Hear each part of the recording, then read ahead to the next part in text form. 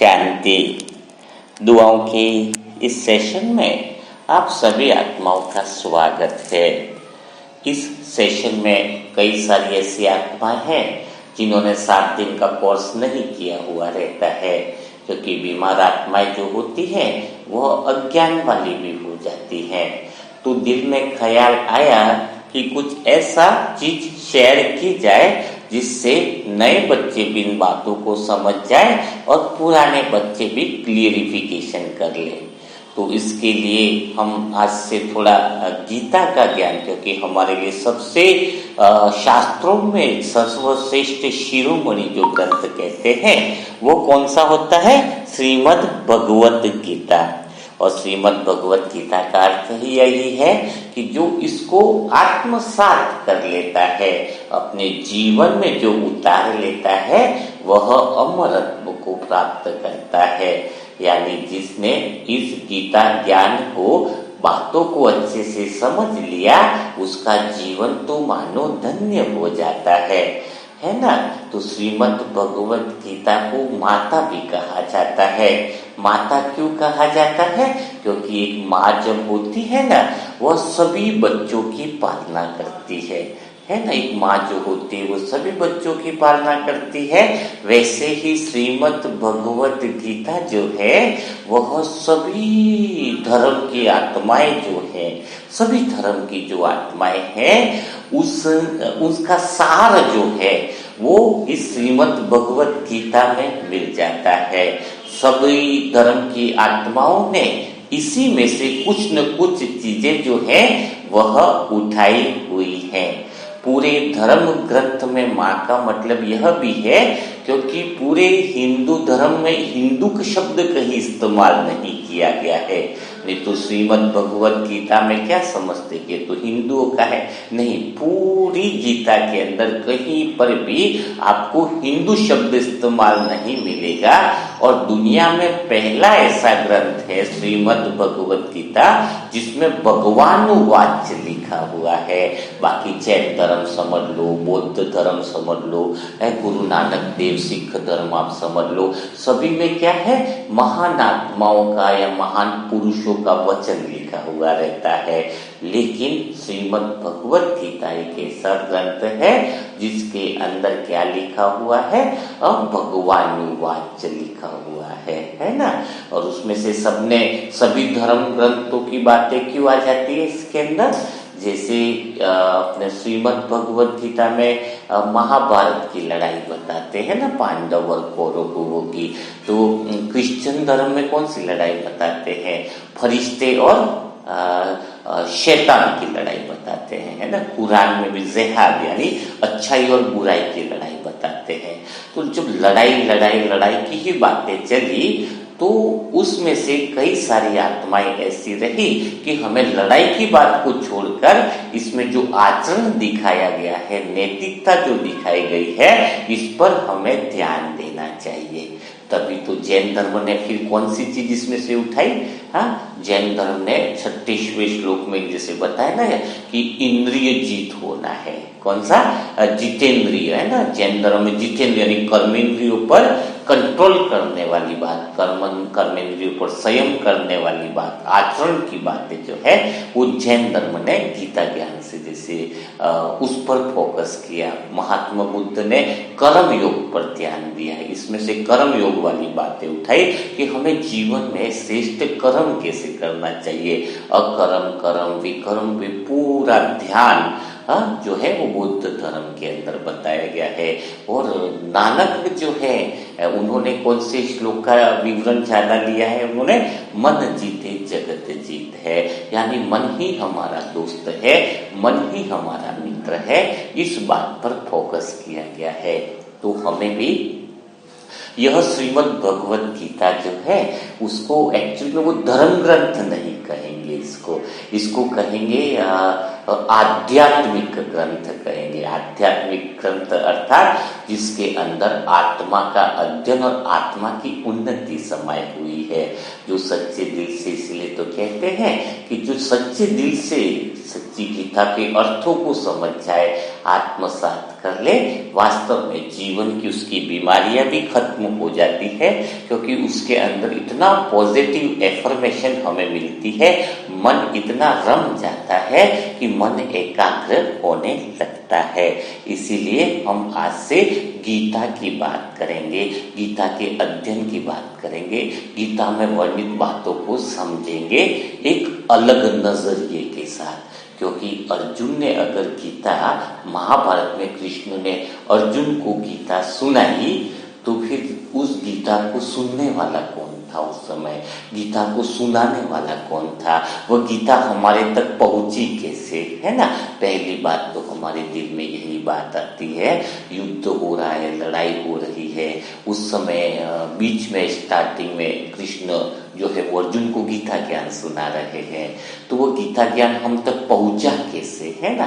तो इसके लिए इसमें बताया जाता है, बहुत गहरी बात है इसमें, कि महर्षि वेद व्यास ऋषि जो थे वो समाधि करते, वो तपस्या करते थे।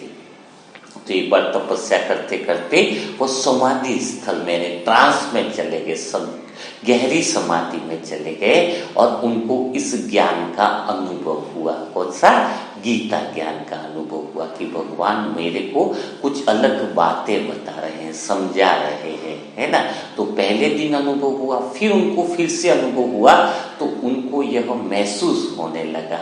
थोड़ा लिखने का भी कोशिश किया, तो महर्षि वेद व्यास ऋषि जी को क्या लगा कि यह बातें तो हमें और लोगों तक भी पहुंचनी चाहिए, अन्य मनुष्य जगत में ये बातें पहुंचनी चाहिए, क्योंकि ये बातें तो बहुत काम की है, इंसान के आत्मिक उत्थान की है, आत्मा के कल्याण की बातें हैं। तो यह सच्ची गीता ज्ञान की बातें सर्व मनुष्य आत्माओं तक पहुंचनी चाहिए।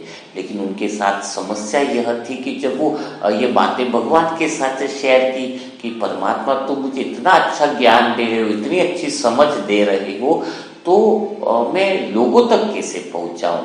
तो परमात्मा ने उनको टचिंग दिया कि इसके लिए तुम इसको जो लिखना चाहते हो, उसके लिए गणेश को आप आह्वान करो, क्योंकि गणेश जो है वो बुद्धि के भी तेज हैं और वो अपने द्वारा इसको बहुत अच्छे से लिख सकते हैं, है ना। तो 77वें श्लोक में गीता के अंदर बताया गया ना कि गणेश जी का आह्वान किया, क्योंकि गणेश जी जैसे लेखक ही हैं, जो उनके समाधि अवस्था के अंदर वो जो श्लोक बोल रहे हैं या जो गीता ज्ञान अनुभव करके बता रहे हैं, वह कौन लिख सके?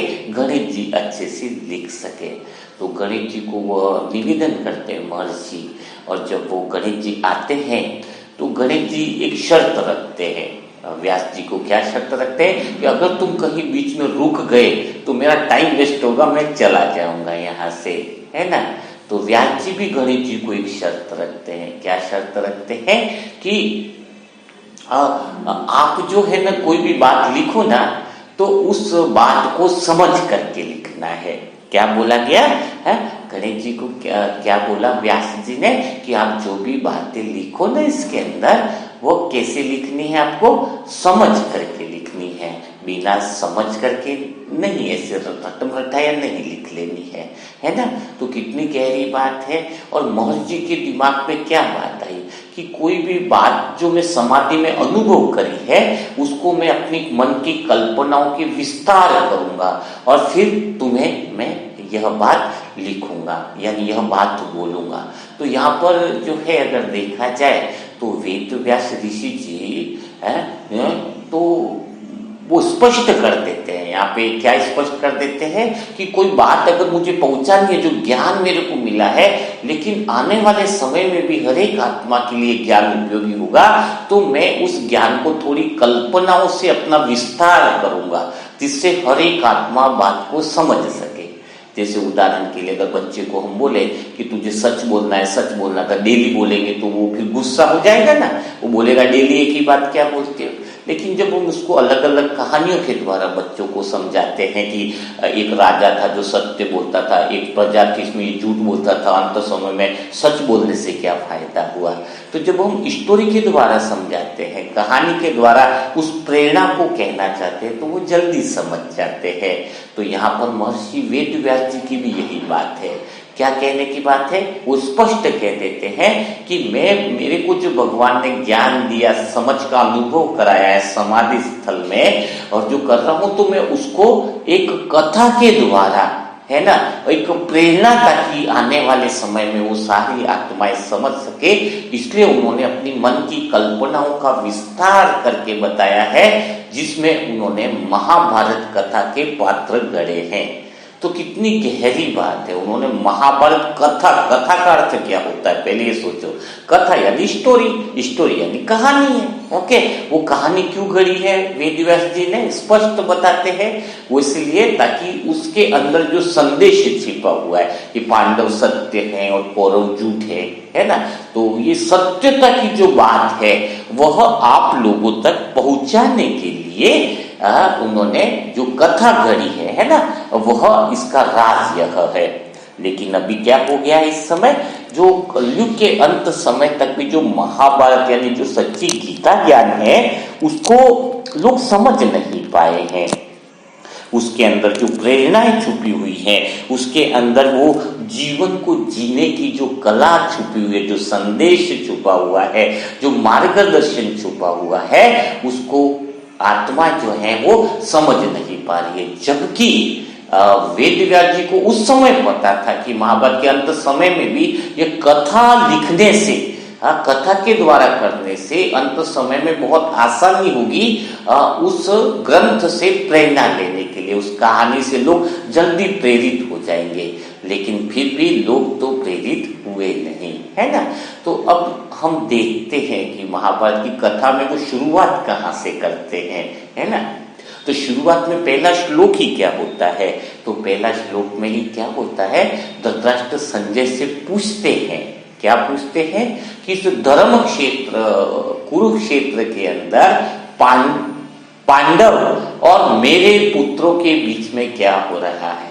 पहला श्लोक जब उच्चारित करते हैं वो और गणेश जी लिखते हैं तो क्या लिखते हैं पहला श्लोक कि मैं इस धर्म क्षेत्र और इस कुरुक्षेत्र में पांडवों और मेरे पुत्रों के बीच में क्या हो रहा है। तो पहले श्लोक से ही यह हमें समझ में आता है कि जो एक ही परिवार के सदस्य हैं वहां पर भी धृतराष्ट्र की धूर्तता साफ दिखाई देती है कि तेरे और मेरे की बात करने लग गया है। भाई भाई के लड़के तो अपने ही होने चाहिए ना, लेकिन वो पहले ही श्लोक में क्या बोल रहा है कि पांडव और मेरे पुत्रों के बीच में हो रहा है। यूं नहीं बोल रहा कि हमारे पुत्रों के बीच में क्या हो रहा है, यह बात धृतराष्ट्र जी नहीं कर रहे हैं। यहां पर ही तो घोर अन्याय और अंधकार जैसी स्थिति पहले श्लोक से ही पता चली जाती है कि धृतराष्ट्र की दुर्भावना कितनी थी अंदर से, मतलब कहते नियत में कितना खोट था। तो आज इसका पहले श्लोक से हमें यह संभावना समझ में आती है कि जो तेरा मेरा करता है उसकी स्थिति धृतराष्ट्र जैसी ही है, जो मोह की पट्टी में बंधा हुआ है, गांधारी की तरह पट्टी में बंधा हुआ है, भाई के लड़के को अलग लड़का समझता है, तेरा मेरे का भाव है, सब आत्माओं को समभाव दृष्टि से जो नहीं देखता है, जो डिफरेंट टाइप से देखता है। कहते हैं दो चॉकलेट लाएगा ना इंसान, भाई का ही लड़का है तो दो, एक बड़ी चॉकलेट एक छोटी है, तो वो क्या करता है अपने लड़के को छोटा तो बड़ी चॉकलेट देगा और छोटे लड़के को कौन सी देगा, भाई के लड़के को छोटी चॉकलेट देगा। वही छोटी छोटी बातों से ही तेरे मेरे का भाव पता चल जाता है। तो उनका स्थिति क्या होने वाली है, उनका दुखद अंत होने वाला है जो तेरे मेरे भाव में है। तो पहले श्लोक से ही हमें यह बात समझ में आती है। लेकिन श्लोक में भी पहली बात कितनी गहराई से बताई गई है कि कुरुक्षेत्र है के साथ धर्म क्षेत्र की भी बातें जोड़ी गई है। खाली कुरुक्षेत्र नहीं बोला गया है, इसको क्या बोला गया है, इसको बोला गया है यह धर्म क्षेत्र भी है ना। तो धर्म क्षेत्र भी है, इसका अर्थ भी हमें बहुत अच्छे से समझना है। तो श्लोक की शुरुआत में ही जो अर्जुन की स्थिति भी जो दिखाई देती है वो क्या दिखाई देती है कि अर्जुन बिल्कुल हारा हुआ स्थिति में, जिसने बहुत सारे युद्ध जीत लिए, इतने बड़े बड़े महारथियों को हरा दिया है, जिसके सामने होने से सारी सेनाएं डगमगा जाती थी। थे, जिसको देखने मात्र से इंसान अपने धनुर्धर यानी धनुष को नीचे रख देता था, आज वही अर्जुन युद्ध लड़ने के लिए तैयार नहीं है। उसकी मनस्थिति बहुत गंभीर है। वो कहता है कि मैं थक चुका हूं युद्ध लड़ते लड़ते। अर्जुन क्या कहता है कृष्ण से? गीता के दूसरे श्लोक से हम जब बात को चालू करेंगे तो उसकी पहले मनोदशा को हम बता रहे हैं कि उसकी मनोदशा कुछ ऐसी है कि वो कहता है कि मैं युद्ध लड़ते लड़ते थक चुका हूं, अब मेरे अंदर हिम्मत नहीं है कि मैं इनसे युद्ध लड़ सकूं, इनसे युद्ध लड़ सकूं, वो मेरे अंदर हिम्मत नहीं है। तो वास्तव में जो अर्जुन की स्थिति जो बताई गई है, जिसको हम बहुत अच्छे से धीरे धीरे आगे समझते जाएंगे, वो हमारी स्थिति है।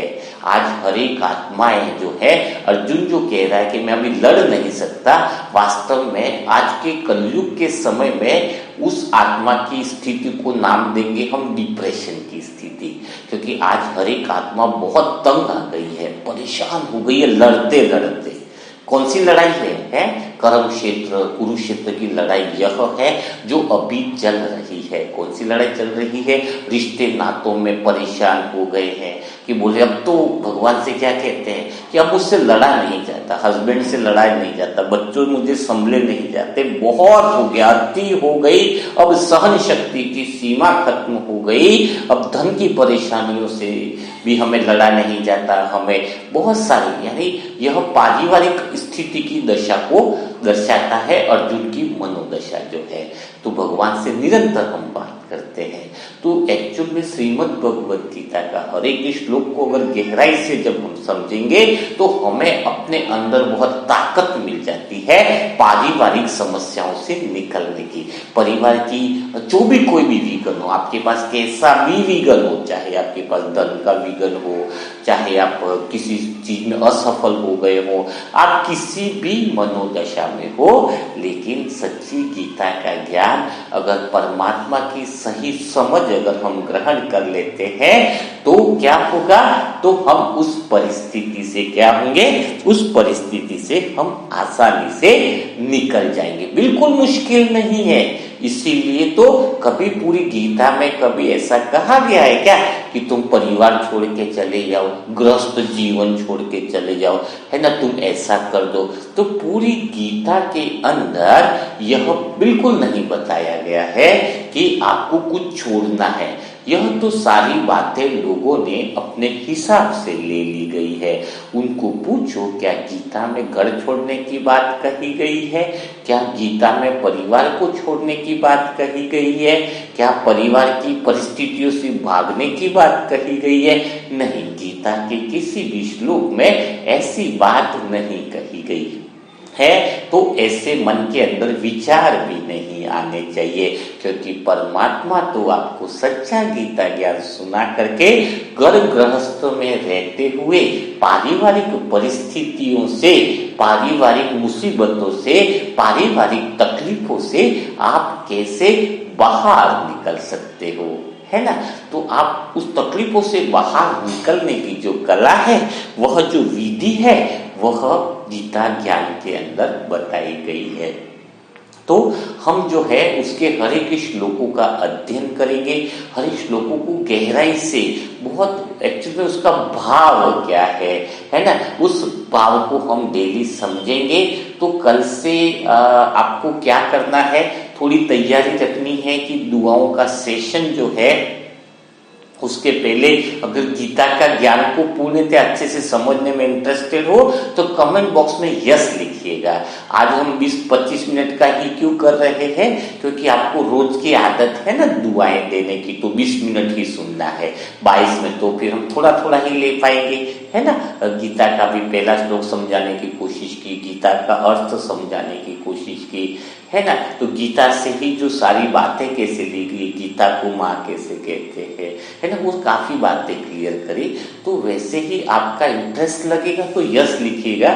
तो हम क्या करेंगे, गीता को पूरी तरीके से उसके जो 18 अध्याय है उसको आध्यात्मिक तरीके से समझेंगे और हमारे जीवन में हम समस्या और विघ्नों को कैसे पार कर सकते हैं उस गीता के द्वारा हम आत्मसात करेंगे, जिससे हमारे जीवन में हम भी वह अमरत्व को प्राप्त कर सके। तो आज का दिन हमारा ऐसा है कि अच्छा, एक खुशखबरी यह है कि पवन भाई की दूसरी पथरी भी निकल गई है। लेकिन उस आत्मा को, परमात्मा को पहले तो ढेर सारा शुक्रिया अदा करते हैं। आप सभी आत्माओं को भी पवन भाई के परिवार की तरफ से ढेर सारा शुक्रिया बोला गया है। एक्चुअल में 1300 संकल्प पवन भाई ने करे। उनको एक प्रोग्राम दिया था हमने कि आपको ऐसा प्रोग्राम करना ही है और इसके द्वारा आपका कोई तो नारियल पानी और नींबू वाला प्रयोग तो सुबह हम देते ही हैं, जिसका स्टोन वगैरह होता है, लेकिन साथ में सबकॉन्शियस माइंड यानी अंतर्मन को उनको प्रोग्राम दिया था कि मेरी पथरी निकल रही है और मन में कोई क्वेश्चन नहीं उठना चाहिए। कंडीशन क्या रखवाई थी, क्योंकि शक्ति तो आत्मा के अंदर है ना, मन का काम क्या है बाहर, मन शरीर के साथ जुड़ा हुआ है ना, शरीर की बातों से है ना, मनोयंत्र हो गया है, मनो शरीर यंत्र का हो गया, मन शरीर के साथ जुड़ा हुआ है ना। तो कैसा है, अंतर्मन में जो शक्तियां है वो बहुत ज्यादा काम करती है। उनको कोई ऐसा रहता ही नहीं कि स्टोन फलना ये सब, लेकिन बस एक ही बात है, अंदर की जो शक्ति बहुत बड़ा काम करती है। तो उनको एक ही संकल्प क्या दिया गया था कि मेरा स्टोन जो है वह निकल रहा है ना, मेरा स्टोन जो है पथरी वाला जो स्टोन बताया तो स्टोन निकल रहा है ना, स्टोन निकल रहा है, यानी कितनी बहुत जबरदस्त बात है।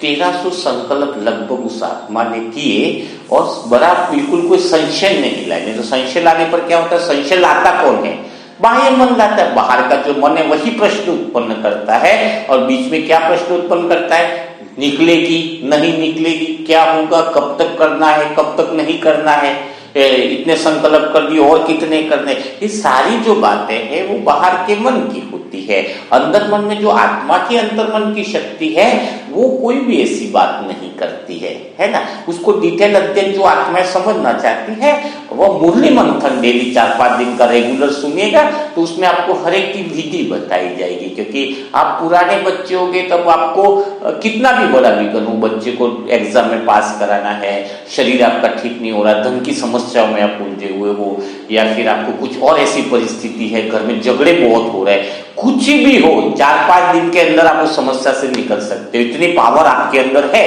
5 दिन तक में कोई भी आत्मा किसी भी विघ्न से निकल जाती है। जरूरत यह है कि बाहर का मन जो प्रश्न पुटअप करता है उसको थोड़ा सा क्या करना है वो उसको थोड़ा सा संभालना है और अंदर अपने को पावर देनी है।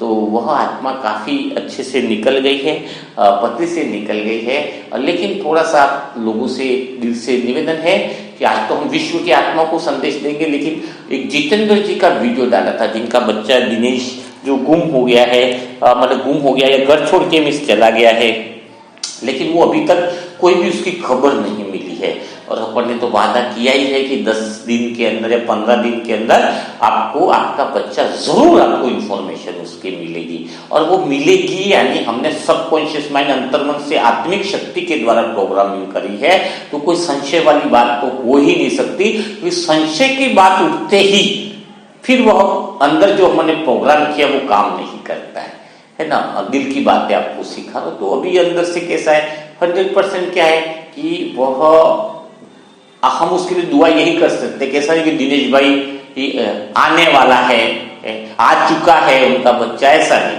बस उनका बच्चा आ रहा है, घर पर आ रहा है।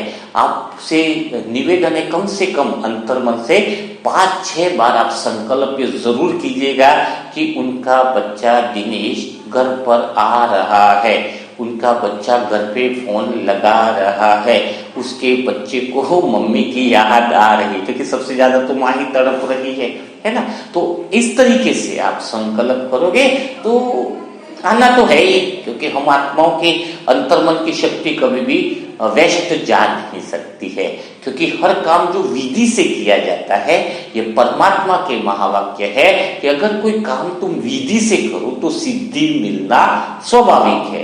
अगर कोई काम में सफलता नहीं मिली है तो इसका एक ही कारण हो सकता है कि अभी तक हमने उस विधि को समझा नहीं है। विधि को नहीं समझा है तो रिजल्ट नहीं मिल रहे हैं, बाकी तो इतनी सारी आत्माओं को रिजल्ट मिल रहे हैं। तो आपके घर की क्या समस्या हो सकती है जो निराकरण न हो, तो उसके लिए आप मुरली मंथन जरूर सुनिएगा। तो आज का भी मुरली मंथन जो था वो भी आप सुनिएगा। रेगुलर 4-5 दिन तक विशेष सेशन अटेंड करते रहिएगा। अगर आप चाहते हो कि अपने समस्याओं से प्रैक्टिकल में आप अगर निकलना चाहते हो तो आज के दिन हम क्या करेंगे, विश्व की आत्माओं के लिए दुआ करेंगे। आज हमने कल तो भोग लगेगा परमात्मा का, आप सभी आत्माओं का जो है वो दिल से बाबा को याद करना है। अमृत वेला में भी भगवान का आह्वान करना है। तो विश्व की आत्माओं के लिए दुआ करनी है। आज दुआएं सारे विश्व की आत्माएं खुश हो जाए, सारे विश्व की आत्माओं के दुख दर्द खत्म हो जाए।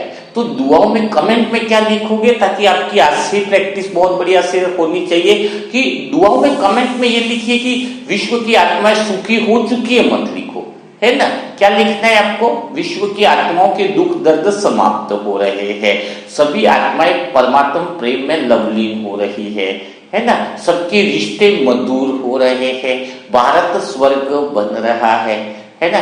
तो सब आत्माएं अपने बंधनों से मुक्त होती जा रही है, विकर्मों के हिसाब किताबों से मुक्त होती जा रही है। ऐसे सच्चे दिल की अगर अपने मनसा सेवा ग्रुप की आत्माएं ऐसे पावरफुल वाइब्रेशन जो हम एक माला में पिरो करके खड़े हुए आज, है ना, माला किसकी बनती है, दूर दूर की तो नहीं बनती है ना। तो सभी हम इतनी प्यारी आत्माएं, बहुत प्यारा ग्रुप है अपना।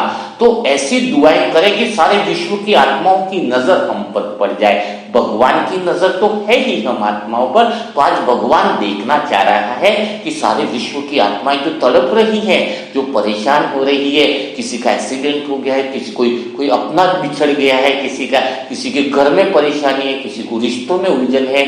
तो जब हम दूसरों के लिए वो चीज बांटते हैं तो वह चीज हमें स्वतः ही मिल जाती है। आपको जीवन में जो चीज चाहिए ना, उसको बांटना चालू कर दो तो आपके जीवन में वह चीजें आने लग जाती है।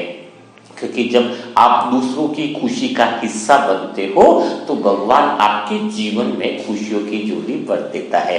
तो आप देखते हैं कि कितना दिल से लोग संकल्प लिखते हैं, कितना दिल से सारे विश्व की आत्माओं को दुआ देते हैं। जो नई आत्माएं हैं वो इस ग्रुप से जुड़ना चाहती हैं तो उनके लिए है मोबाइल नंबर 7202921969, है ना। अपना नाम लिखेंगे, एड्रेस लिखेंगे। और आप लोग भी जो मनसा सेवा ग्रुप में जुड़े हुए हैं, अपने आसपास वाली आत्माएं भले वो ज्ञान में नहीं चल रही हैं, उनको भी आप इस मनसा सेवा ग्रुप में जोड़ सकते हैं। क्योंकि वो अगर ये वीडियो भी सुनेंगे तो हम गीता ज्ञान और उस तरह की बातें करते हैं कि जो नई आत्माएं भी आती हैं वह भी इस बातों को समझ सके और अपनी पॉजिटिव एफर्मेशन लेकर के अपनी जिंदगी बदल सकें। बहुत लोगों के अनुभव आ रहे हैं जिनको ये डेली टास्क करने से बहुत लोगों की लाइफ में बहुत बड़े परिवर्तन आए, प्रैक्टिकल में बहुत बड़े चेंजेस आते जा रहे हैं, सबके मैसेज आ रहे हैं। तो वास्तव में आना ही है क्योंकि आपके पास प्रैक्टिकल एफर्मेशन जा रही है। डेली के टास्क जो भी आत्माएं परिवार के हर सदस्य को भी करवाएंगे तो उनके अंदर भी वह वायुमंडल चेंज होगा। तो आज बिना देरी किए सारे विश्व की आत्माओं के लिए आप ढेर सारी दुआएं करो। कल फिर हम मुलाकात करेंगे ऐसे ही गीता के सेकंड श्लोक के अध्ययन के साथ, सेकंड अध्याय के साथ। तब तक के लिए सभी भाई बहनों को ओम शांति। कल थोड़ा अध्याय लंबा हो सकता है, अगर आपने कमेंट बॉक्स में लिखा या व्हाट्सएप पे लिखा तो हम लंबा सेशन करेंगे। अगर 10-20 लोगों के भी मैसेज इस तरीके से आ जाते हैं तो फिर कल फिर हम मुलाकात करेंगे। तब तक के लिए सभी भाई बहनों को ओम शांति।